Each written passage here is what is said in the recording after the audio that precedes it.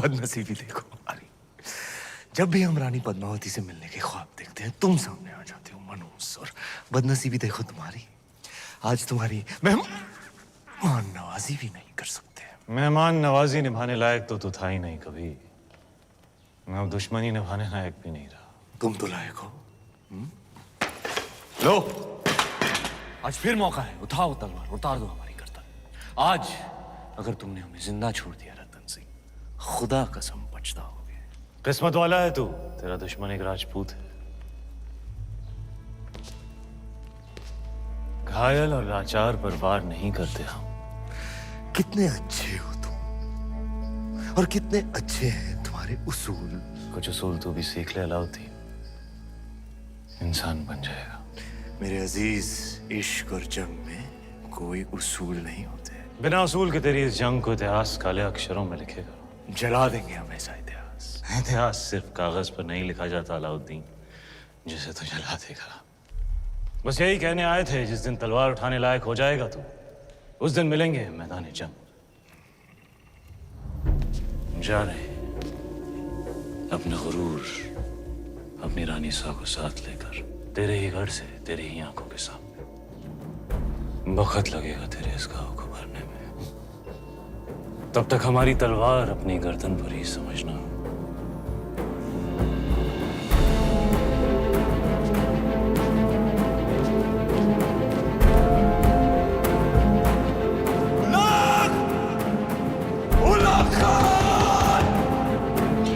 सुल्तान ने फरमान जारी कर दिया है, सिपाही किसी भी वक्त यहाँ पहुंच जाएंगे। आप सब फौरन सुरंग के रास्ते से निकल जाइए। गोरा सिंह जी, चलिए। आप पधारो हुकुम। हम शत्रु की सेना को यहीं रोकेंगे ताकि आपका पीछा ना हो सके। चित्तौड़ में मिलेंगे। जय एकलिंग जी की। जय एकलिंग जी की।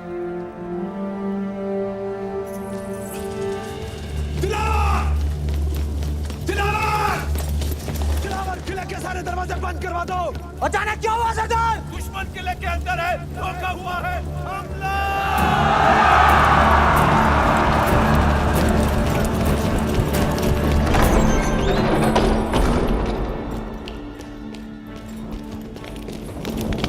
हमारे पीछे ही होगा। हुजूर, अब ये अकेला किस इरादे से आ रहा है? सुल्तान से जंग करने, और क्या। आप कहे तो हम जाए? नहीं, लोहे को लोहा ही काटता है।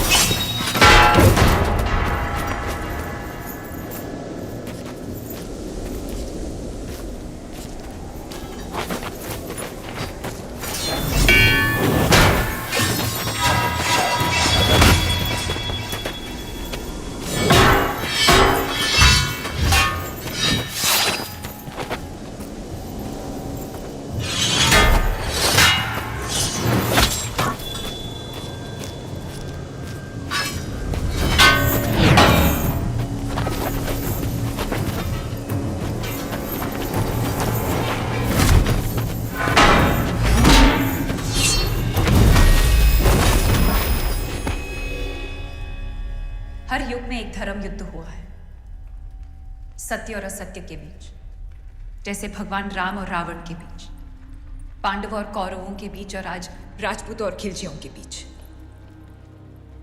और हर युग में जीत केवल सत्य की हुई है। आज हजारों राजपूत केसरिया बाना पहनकर हमारे आत्मसम्मान के लिए अपना बलिदान देने गए। आज तक चित्तौड़ की दीवारों ने हमारी रक्षा की है, पर आज हमारे सैनिक दीवार बनकर खड़े हैं गढ़ की रक्षा के लिए। हमारे लिए वो ईश्वर से कम नहीं।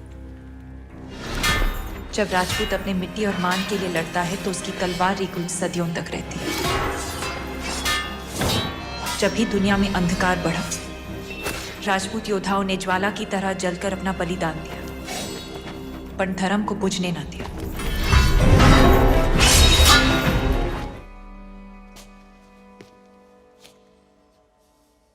हमारे अपनों ने ही हमें जख्मी कर दिया। इताअत के कितने तीर लगे हमें? यहाँ, लेकिन तुम्हारा एक तीर लगा और वो यहाँ। बेपनाह मोहब्बत की हमने तुमसे, और तुमने हमसे बेवफाई।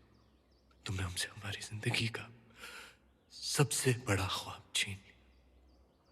अब हम तुमसे तुम्हारा वजूद छीनेंगे, मलिकाए जहां का खिताब छीनेंगे, तुम्हारी जिंदगी से उजाले छीनेंगे। चित्तौड़ वापस जाने से पहले हमारी तरफ से तुम्हारे लिए एक आखिरी दुआ, बेपनाह मोहब्बत जो की है हमने तुमसे। तू शाद रहे, आबाद रहे, बामुराद रहे।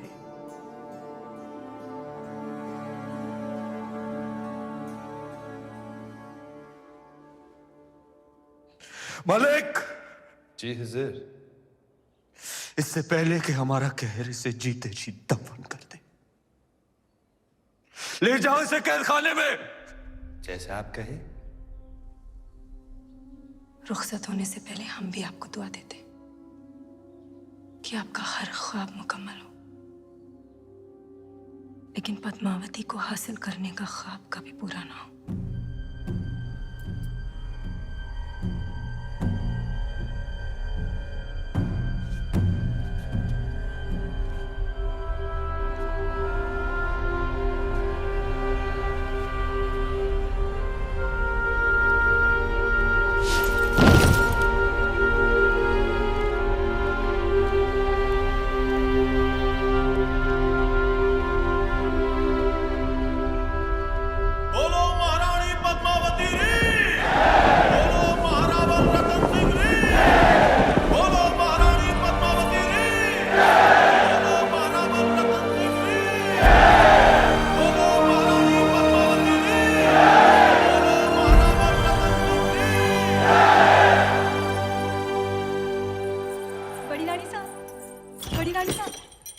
छोटी रानी साहब गढ़ में पधार रहे हैं। सब लोग मिलकर उनके स्वागत की तैयारियां कर रहे हैं। जब सभी उनका स्वागत कर रहे हैं तो मैं क्या करूं? उनका स्वागत और क्या। बड़ी रानी साहब, छोटी रानी साहब जो कहो ना वो करके दिखाओ, और वो कोई छोटी बात नहीं। इसलिए तो कहूं कि आप भी चलो और उनका स्वागत करो।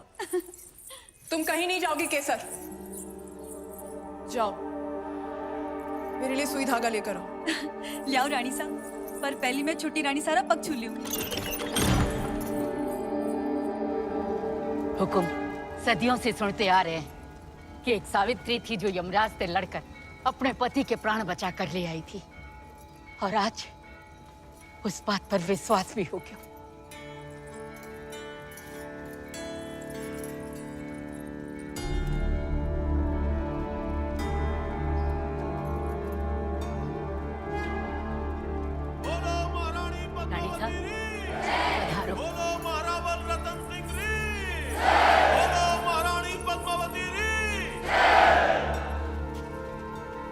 आज ये जय जयकार हमारे लिए नहीं, वीर योद्धाओं के लिए होनी चाहिए जिन्होंने मेवाड़ के लिए अपने सर गंवाए, हमारी जान बचाने के लिए जिन्होंने अपने प्राणों का बलिदान दिया।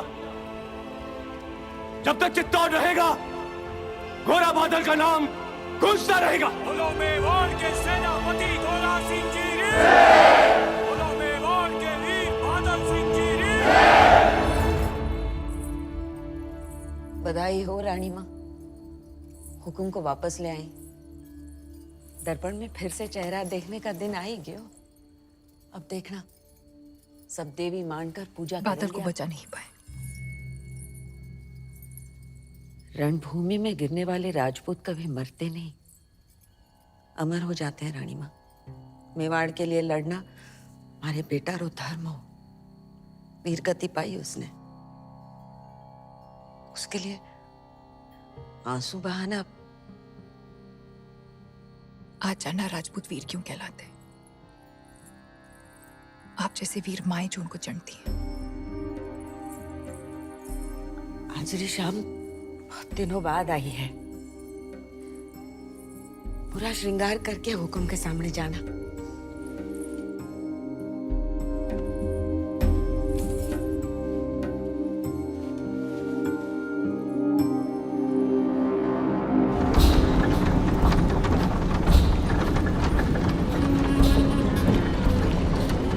खुसरो दरिया प्रेम उल्टी वा की धार, जो उतरा सो डूब गया, जो डूबा सो पार।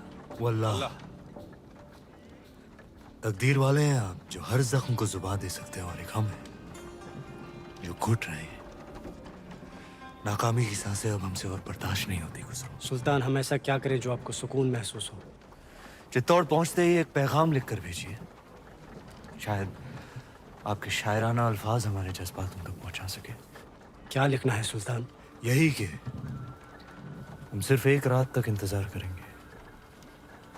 सुल्तान की ख्वाहिश पूरी करो, वरना हमारे कहर के लिए तैयार रहो।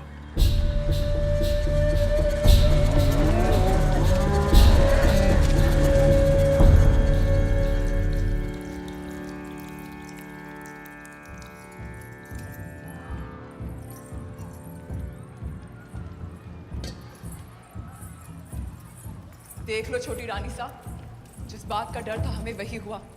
अलाउद्दीन वापस आ गया है दिल्ली से, और इस बार दुगनी सेना लेकर।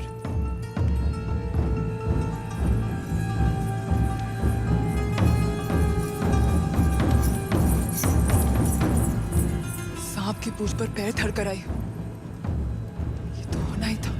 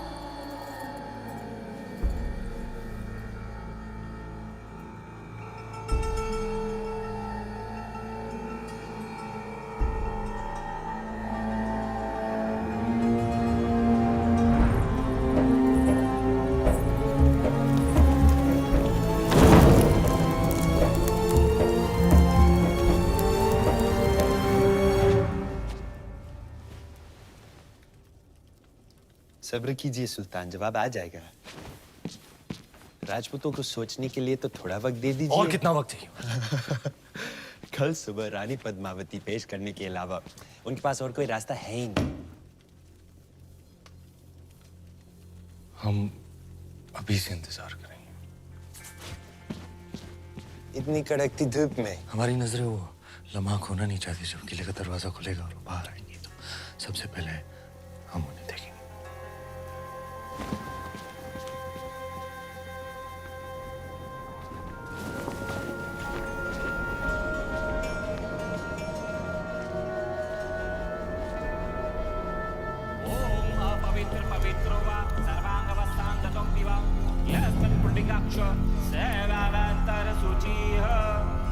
काली काली महाकाली काली के परमेश्वरी सर्वानंद करे देवी नारायणी नमस्तुते।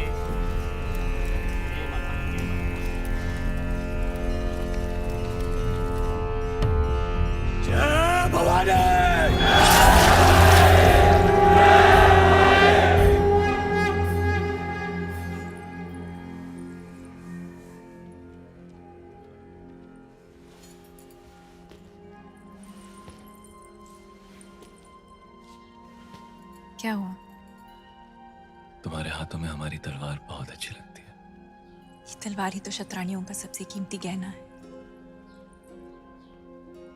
हमारा गुरूर है। गुरूर है तो फिर आंखें क्यों नम है? हमारे युद्ध से वापस ना आने का डर। डर नाम का गहना पद्मावती ने कभी पहना ही नहीं। क्या आज रात हम आपसे कुछ मांग सकते हैं? दिल से ज्यादा हम कुछ दे नहीं सकते और दिल से ज्यादा आप कुछ मांगेंगी नहीं। मांग सकते हैं।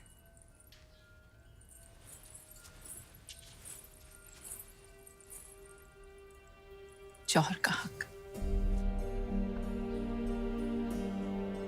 आपकी इजाजत के बिना तो हम मर भी नहीं सकते।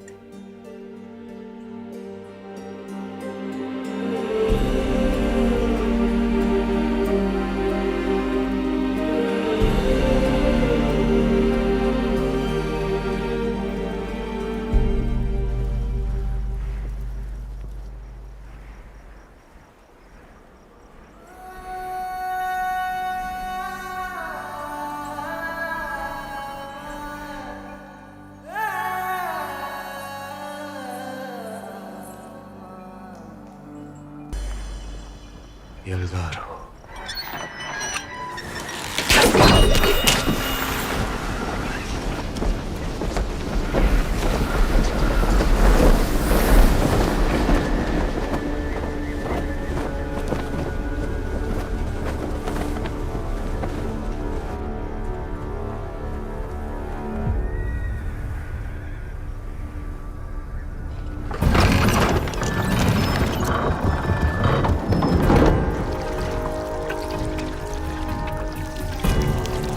ये क्या ले आया अलाउद्दीन? ऐसा शस्त्र तो पहले कभी नहीं देखा।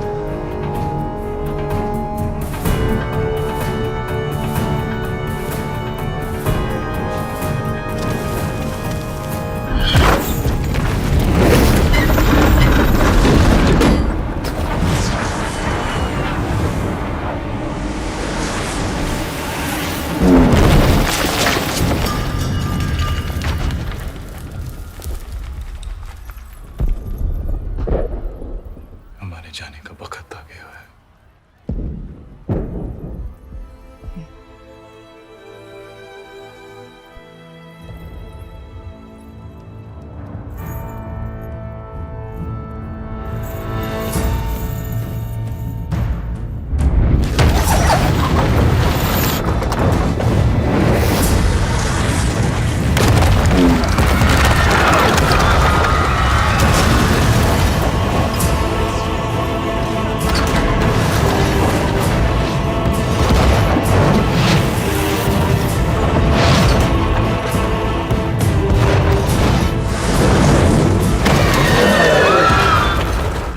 फौज को आगे बढ़ाने का सही वक्त आ गया सुल्तान। नहीं,